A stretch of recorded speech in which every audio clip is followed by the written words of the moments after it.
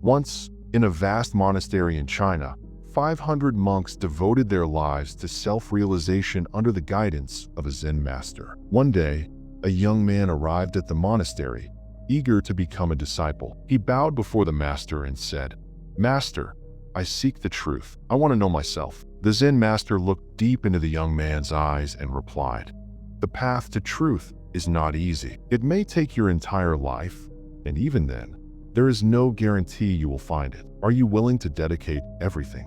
Without hesitation, the young man said, "Master, I am ready. I will not turn back." The master nodded and gave him a simple yet profound task. "There are 500 monks in this monastery. Your duty is to pound rice for them every day. From morning until night, just pound rice. When you are exhausted, sleep where you work. In the morning, wake up and do it again. Do nothing else. Do not question, do not think, and do not come to me. I will come to you when the time is right." The young man obeyed. Every day, he woke before dawn and pounded rice until nightfall. He spoke to no one, and no one spoke to him. For months, his mind raced with thoughts, doubts, and distractions. But over time, as his mind found no new distractions, his thoughts faded. Slowly, he stopped identifying with them. After a few years, he even forgot his own name. He worked in silence, in complete absorption. The other monks saw him as a fool, just a laborer with no understanding of scriptures or meditation. Meanwhile, they studied Buddhist philosophy,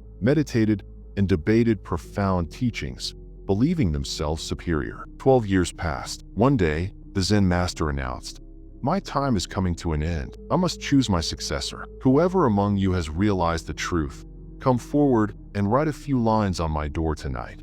Lines that capture your understanding." That night, the monastery's most learned disciple, a scholar in Buddhist philosophy, wrote, "The mind is like a mirror, gathering the dust of thoughts and desires. To clear the dust is meditation. When the mirror is clean, enlightenment is achieved." In the morning, when the master saw these words, he became furious. "Who has written this nonsense?" he thundered. The scholar, fearing the master's reaction, had not signed his name. Though the words were poetic, they came from books, not from experience. The master erased them, unimpressed. The monks were shocked. If the wisest among them was wrong, then who could be right?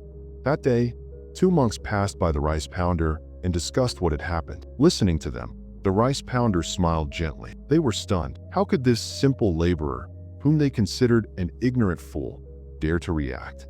"Why did you laugh?" they asked. He replied, "Because the master is right." Those words were empty. They mean nothing. The monks were speechless. "If you think so, then can you write something better?"